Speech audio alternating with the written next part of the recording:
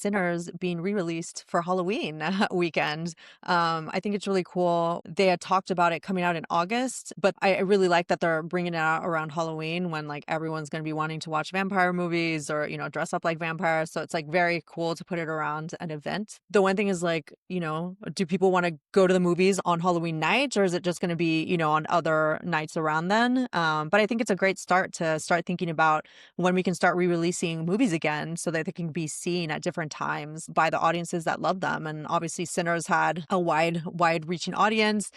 People really loved it. It's a good way also to remind people about the movie just in time for like award season to start. Oh, that's smart. Yeah, Yeah. that's So I true. yeah, I thought that was really smart on their part to, kind of remarket it again, and refresh people's minds, because I mean what we saw last year was that Dune 2, people had got basically forgotten about it and forgotten how good it was. So I wonder if they had re-released it closer to when, award season has started, that they would have gotten more nominations, but then also maybe gotten one of the awards. I wonder, yeah. I guess for Dune, though, I guess I wondered whether they were sort of going for the recognition for when the third one comes out or when the last one comes out, so that the submission is sort of implicitly inclusive of all the movies. But Yeah, so yeah. that's what people are thinking, right? That it's going to be a Lord of the Rings 3 situation, where it's like Lord of the Rings 3 ended up being the one that received all the awards and all the fanfare for director and like the movie and all that.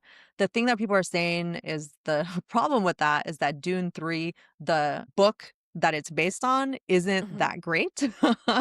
That the book number 2 is like the better one with a better plot. So people are afraid that it's going to lose because people aren't going to like the story as much.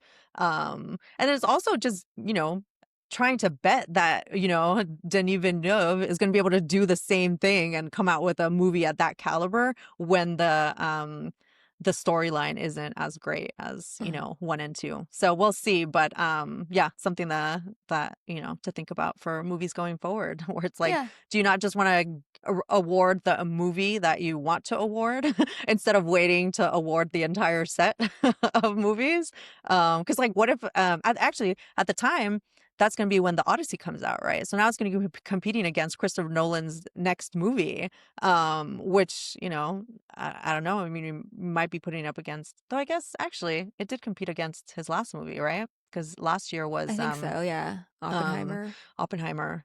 So Yeah. we'll see.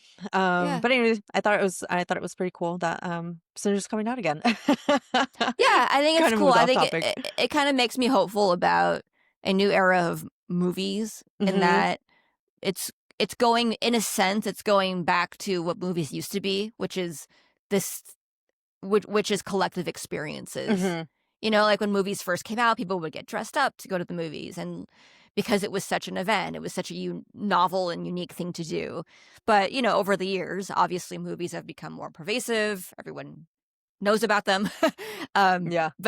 And now, like, with the idea that you can just watch your favorite movies at home. Hmm.